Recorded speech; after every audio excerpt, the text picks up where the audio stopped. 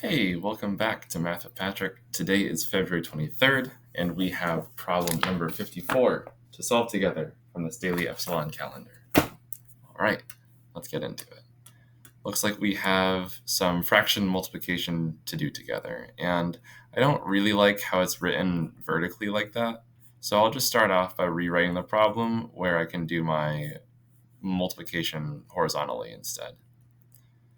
And technically, by order of operations, what we should do is multiply all four of these different numbers by themselves first, then deal with each individual fraction separately from each other, and then finally multiply the fractions together. Though that process is kind of tedious, and usually there are some nice simplifications we can find instead of dealing with bigger and bigger numbers. So when you're multiplying fractions, you can just multiply the numerators together and the denominators together. And I'll just express that by shoving them both into the same fraction here, just like this. And multiplication is really, really nice in that you can do it in any order you want. So it doesn't really matter that this 3 is coming before this 11, or that the order of these don't really matter. I could rewrite it with the 3 coming before the 13, but I won't.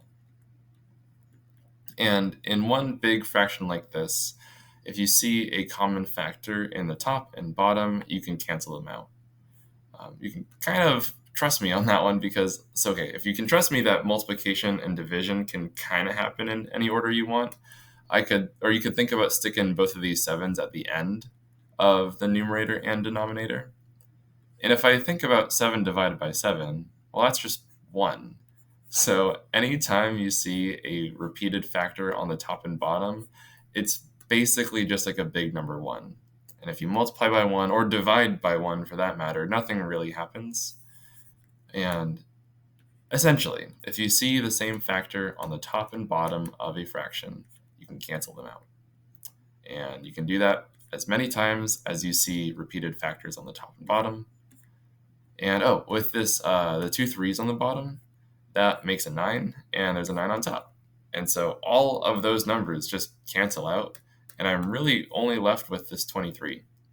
Now, I did cancel everything out of my denominator, so I guess you could imagine putting a little times 1 in the bottom isn't going to change the value or anything, and this way you can kind of trust me that we're doing 23 divided by 1, not divided by absolutely nothing at all. Anyways, canceling everything out just gives me 23. And that's today's date. And we're all done. I'll see you tomorrow. All right, bye.